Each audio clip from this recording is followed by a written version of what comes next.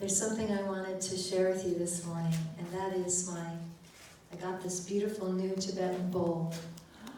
And I just love to ring this bowl and just go where the sound, the vibration takes me, because I feel like where it takes me is back home to myself. It takes me into the stillness. It takes my mind out of thinking and into that being.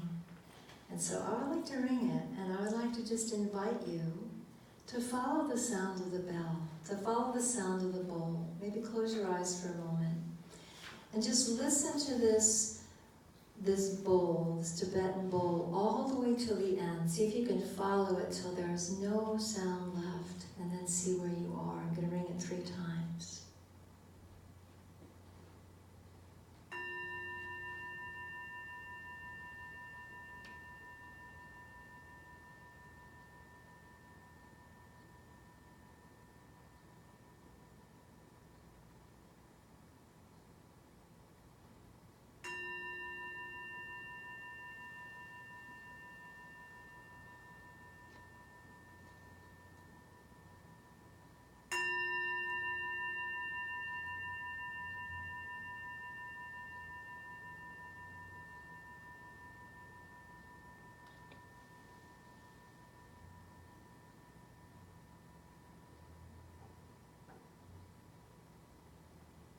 You can open your eyes.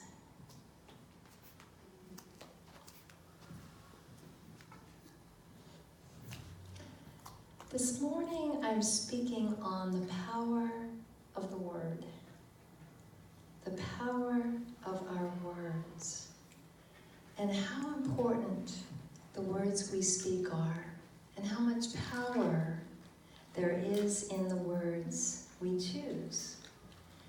In the first chapter of John, verse 1 and 2, it says, "In the beginning was the Word." In the beginning was the Word. And the Word was God. The Word was with God, and the Word was God. All things were made by God. What is the Word? In the beginning was the Word. In the beginning was a vibration. In the beginning was a sound that came out of nothingness, that came out of the unformed and brought creation into being. I was sharing last week that the yogis of India, they feel that the sound Om is sacred. The syllable, the sacred sound Om is sacred because they say that it is the sound of creation. It's the sound, it's the vibration that brings all creation into being. That Om is that seed syllable. That Om is at the very beginning. And so they're saying the same thing. They're saying that Om is the word, or they're saying that there is this vibration that brings everything into being. There's a vibration and an energy to words. Think about the word peace. When I say peace, peace be with you. How does that vibration feel? Good. Feels good. If I say, I hold your highest happiness in my heart, that feels good, right? If I say, I love you. If I say you're beautiful. If I say you are a divine being. Those words have power, don't they? They have a vibration. They make a difference when we speak them into the air. So our words are spoken thoughts, and they carry a vibration. They carry an energy. They create a vibration in others, don't they? They create a vibration in the atmosphere, and they create our experience of life every day. Words. Words which are thoughts. What are thoughts? They're words in our head, right? Thoughts are things, right? Yes. So in the book of the prophet Isaiah, chapter 55, verse 11, it says, "So shall my word be that goes forth from my mouth. It shall not return to me empty, but it shall accomplish that for which I purpose, and shall succeed in the thing for which I sent it. Our words are seeds, aren't they? They're seeds that we cast out. And those seeds grow into fruit, and we reap the fruits of our words. We reap the fruits of our thoughts. Sri Yukteswar was Yogananda's spiritual teacher. He said, the word, being the manifestation of the eternal nature of God, is inseparable from and nothing but God, as the burning power of fire is inseparable from fire. The burning power of fire is inseparable from fire. God is inseparable from the creative word, right? So I want to tell you a story. I want to tell you a true story. There once was a little boy. His name was Tommy Edison. And Tommy came home from school one day, and he brought a letter for his mom from his teacher. And he gave the letter to his mom, and he said, Mom, only you are supposed to read this, so what does it say? I'm so curious. And so his mom opened the letter, and with tears in her eyes, she said, it says you are a genius. This school is too small for you, and these teachers aren't smart enough and aren't skilled enough to teach you. Please teach your son yourself. Oh my. And so she did just that. She taught him herself until she got ill and passed away. And years later, Thomas Edison became one of the greatest inventors of the century. And one day, he was going through his mom's things, and he found that folded letter. And he opened up that letter, and you know what that letter said? It said, your son is mentally deficient. We cannot accept him at our school anymore. He is expelled. And Thomas got very emotional. And he wrote in his diary, Thomas A. Edison was a mentally deficient child whose mother turned him into the genius of the century.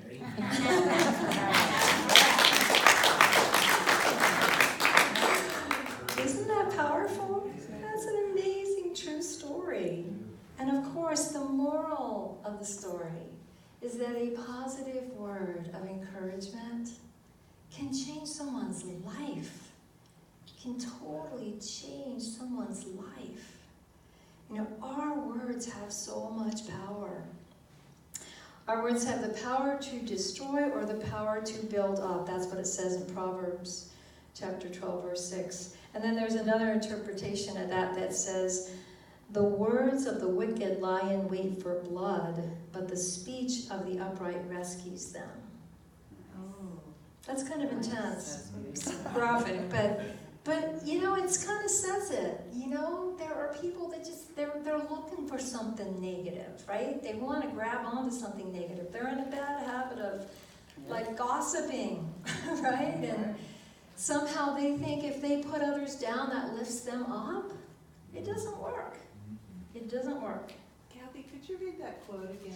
Yes. The second version. Well, the first one is, our words have the power to destroy or the power to build up. That's putting it the nice way. That's vanilla. This is the spicy version. The words of the wicked lie in wait for blood, but the speech of the upright rescues them. Amen. The speech of the upright rescues them. It's like the speech of the upright is like, no, I don't want to gossip. You know, no, I don't want to talk about that person in a negative way. I want to remember their divinity. I want to remember and support their good. How about that? Amen. We need a lot more of that. Yep. Yeah.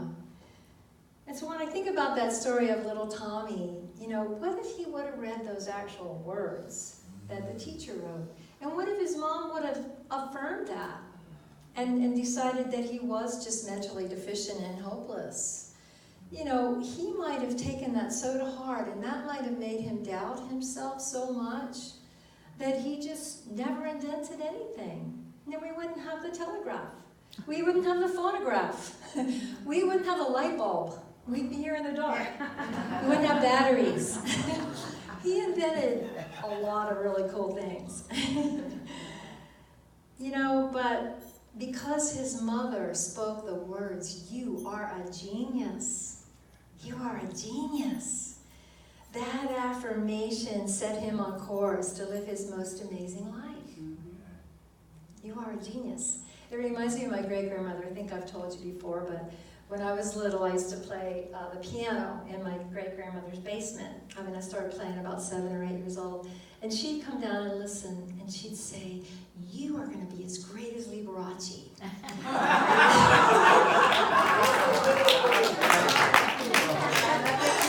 And coming from my great-grandmother, that was a very high compliment. Liberace was her everything. As far as she was concerned, he was a genius. He was a musical genius. He actually was a great piano player. I love that movie, Liberace. So Proverbs goes on to say in chapter 15, verse 4, "Gentle words bring life and health." Gentle words bring life and health. "A deceitful tongue crushes the spirit." Too much of that. And then, boy, Proverbs has a lot to say about the word and our words that we use. 14:24, kind words are like honey. Kind words are like honey, sweet to the soul and healthy for the body.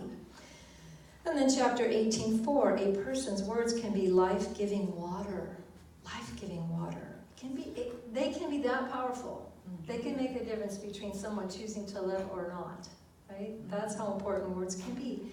"Words of true wisdom are refreshing as a bubbling brook." Yes. Well, I don't know if Edison's mother read Proverbs, but she sure lived it. She sure lived it. Now, in the Buddhist tradition, they have a teaching on how to live a noble life. And they suggest 8 ways. And I love the Eightfold Path, the Buddhist Noble Eightfold Path. One of those most important things is right speech. Right speech. And so what does practicing this noble way of living, this noble way of right speech look like? Well, we become more mindful and discerning about the words we use. We choose words that heal. We choose words that transform. We choose words that create peace and uplift. The Buddha says words can break or save lives. Words can make enemies or friends. Words can start war or create peace, right? And so he shares 4 aspects of right speech. And the first is to abstain from false speech, especially not to tell deliberate lies and not to speak deceitfully. Number 2, to abstain from slanderous speech and not to use words maliciously against others. In other words, no gossiping. Number 3, to abstain from harsh words that offend or hurt others. And number 4, to abstain from idle chatter that lacks purpose or depth. So put in a positive way, he's basically saying tell the truth, speak in a friendly, warm, and gentle way, and talk only when necessary. So we have to learn to apply discernment to our speech. I mean, you could say, should Edison's mother have told the truth about what the teacher said? Do you think she should have told the truth about that? No. And why not? Well, that's assuming that the instructors were correct. That's the point. Yes. That's the point. That's her truth. That's not the truth. And the mom knew a greater truth. The mom knew her son was different. But she knew he had greatness. He had genius in him, right? And so she's not going to share her supposed truth. She's not going to share her harsh words and crush his spirit. And we are so grateful that she was that wise, right? Yeah. So we use discernment. We don't just have to tell the so-called truth if it's going to hurt someone, if it has absolutely no purpose, right? It reminds me of a Sufi teaching. You've probably heard this, but I love this teaching. It's worth repeating. The Sufis have this tradition where if you're going to speak, before you open your mouth or you write it, writing is also speaking. Before you write it, it has to pass through 4 gates. Your words have to pass through 4 gates. The first gate that it has to pass through is it true? Is it true? And if it's not true, then the words have to turn back. They don't get to pass through the gate and come out your mouth. The second gate is it necessary? Is it necessary? That's a good one to consider. The third gate is it beneficial? And I like that one because I would always tell my retreat groups, before we speak, think about, is this going to create separation or unity? And let your life be about creating unity. Is this going to create separation or unity? Is it beneficial? Same thing. And then the fourth one, is it kind? Is it kind? Because if it's not, why speak it, right? Right. Better left unsaid, right? So a very big part of our unity philosophy is based on the power of affirmation. Based on the power of affirmation, using words that begin with thoughts to create and align with the highest reality. What is it to affirm something? You tell me. What is it to affirm? To affirm something. To agree. To agree. Validate. Okay. What was that? Validate. Validate. Take it in. Take it in. Understand. Understand. Over here. Tell the truth. Tell the truth. Yeah, I like that. Yeah. And shame the devil. Shame the devil. I like that too. I never heard that. What is it to affirm? To agree. Agree. Okay, so I'm going to read you what Webster has to say. Okay. Webster's definition, as far as what it is to affirm, is to state as a fact, to assert strongly and publicly.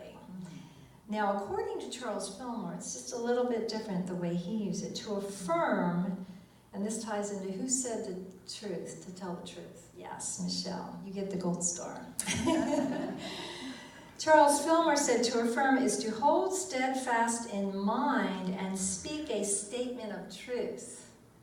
So Fillmore, in his use of affirmative prayer, it's very important that your affirmation is aligned with truth, the deepest truth of who we are. That's an important part of it here. So his practice of affirmative prayer has two parts. First, we hold a thought steadfast in mind, and second, we speak it as a statement of truth. Everything that has come into being is an idea, right? Everything that's here, that chair, that was an idea. This building was an idea, right? This body was an idea, Good right? idea.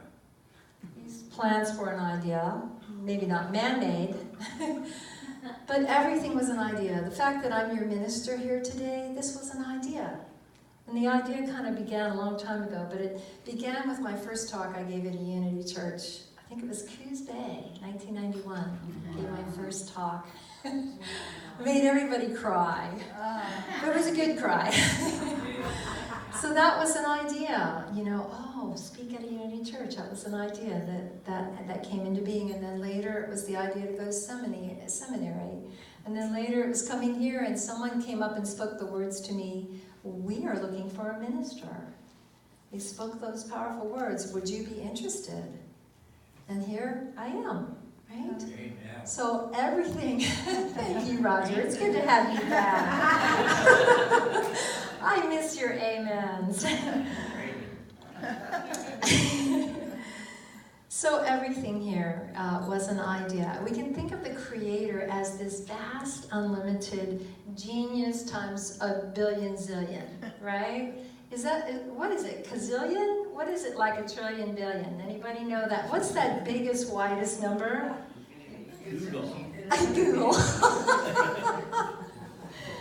The Creator, though, it's like unlimited genius times a gazillion, right? How did everything come into plus one? How did everything come into being? There was isness. There was isness. There was the I am, the great I am. There was vast, unlimited, formless being. And the I am had a thought, I am. And then the I am had a thought, I am worlds. I am suns. I am moons. I am galaxies. I am mountains, I am rivers, I am flowers. And the Creator became everything. And then it had this thought, I am divine human. And I will become aware of myself in all these forms. Isn't that just magnificent? Yes. That's where we are, and that's who we are. Yes. We are the Creator discovering itself. It's very exciting. It's very exciting. And when we create with our words and our thoughts and our intention, we are like little mini gods. We are co-creators with God. We can create worlds. We do. We create our own world. Right? So the second unity principle says we are spiritual beings created in God's image. Would you repeat after me? I am a spiritual being. I am a spiritual being. Created in the image and likeness of God. Created in the image and likeness of God. Yes. Yes, yes, yes, yes. So basically through our thoughts and words, we are affirming something all day long. And Fillmore talks about affirmative prayer as being something more intentional. It's a spiritual practice. And if we were to say something like, I am only human, right? As we struggle through our day, well, I'm only human.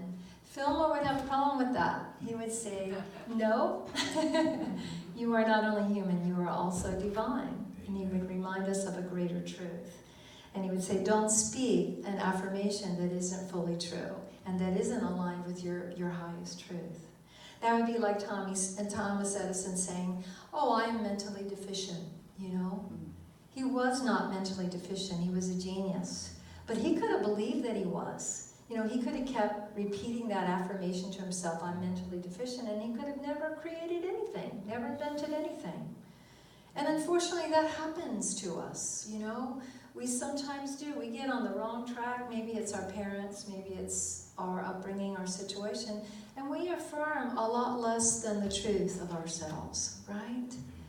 We affirm that we're limited. We affirm that, oh, I can't lose weight, or oh, I can't get this really great job, or I can't create this really big vision of what I really want to do. Oh, I can't live that life because I got to make money, you know. All these ways we limit ourselves. Those are affirmations that are not true. And so Fillmore would say, do not affirm those affirmations. Align with the highest truth of yourself as a genius, as unlimited, right? So, we can affirm, we can use this powerful affirmative prayer to affirm our healing. And then if we can let that be the living truth in us, then we create it. That's the big if. Babette was reading the book, the Joe Dispenza book. I think it's How to Break the Habit of Being Yourself. And Joe Dispenza helps us get our affirmations into the subconscious. I'm not going to talk a lot about that today. I have talked about it before, but that's where we want to get it. And that's why it's really important. The state of mind we get in when we're going to practice affirmations. So I want to talk about that a little bit. We don't want to be forceful or emotional. We want to come from a place of peace. We want to come from a mood that's calm and soul aware. And then we breathe, we relax, we open, we feel the presence of spirit. And then we use our willpower and our gentle intention. And we speak with intention, and we speak with conviction. So, I want to just share four things to keep in mind when we speak our affirmation. The first is to speak it out loud with conviction. So let's just practice. Let's do that. Let's speak out loud 3 times. I am healthy and happy. Together. I am healthy and happy. I am healthy and happy. I am healthy and happy. Now feel that. Feel that inside. Now I want you to speak it mentally a few times. And I want you to speak it mentally while imagining and feeling and believing that you are healthy and happy.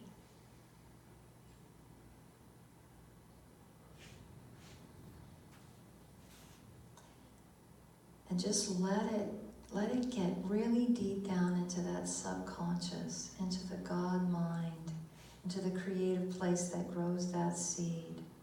I am healthy and I am happy. Let it be living truth in you. And now we feel thankful for the positive results of our effective affirmation. And the last thing we do is we keep unwavering conviction of having what is needed in our awareness as we move through the day. So we keep a conviction, this is reality, this is our reality, okay? So we want to use affirmations to support our highest good and also support the highest good of everyone else. And we're using our creative intelligence all day. We use it when we make a cup of coffee. We use it when we drive to church, right? We use it when we paint a picture. We use it when we write a song. And we can use it to heal.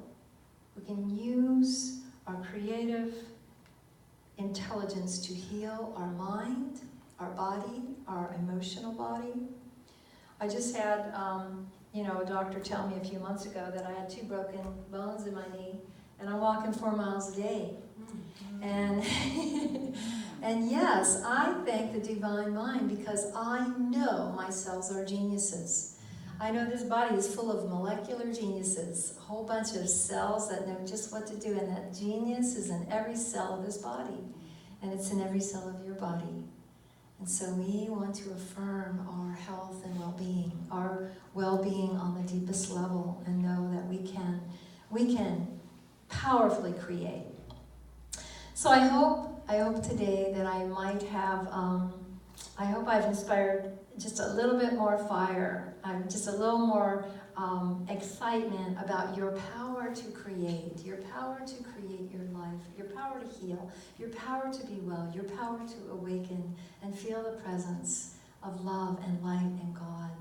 So would you turn to your neighbor and say, you are one with divine mind. You are one with divine mind. You are a genius. You are a genius. You are unlimited. You are unlimited. Don't forget it. Don't forget it. Remember this. I've been telling him that all along. You're a genius, Wesley. So let us use our powerful creative energies to bless all beings and bring a divine shower of blessings upon our lives and the lives of everyone around us. Would you repeat after me? I use my divine mind. I use my divine mind To create the highest good. to create the highest good For myself and others. for myself and And for the environment. And and for for the the environment. environment. As an immortal spiritual being. As an immortal spiritual being, I am happy and healthy. I am happy and healthy. Vitally alive. Vitally alive. I am here to shine the light of love. I am here to shine my light of love. It is a joy. It is joy. Thank you all. May we use our words to create the most amazing reality. Love you.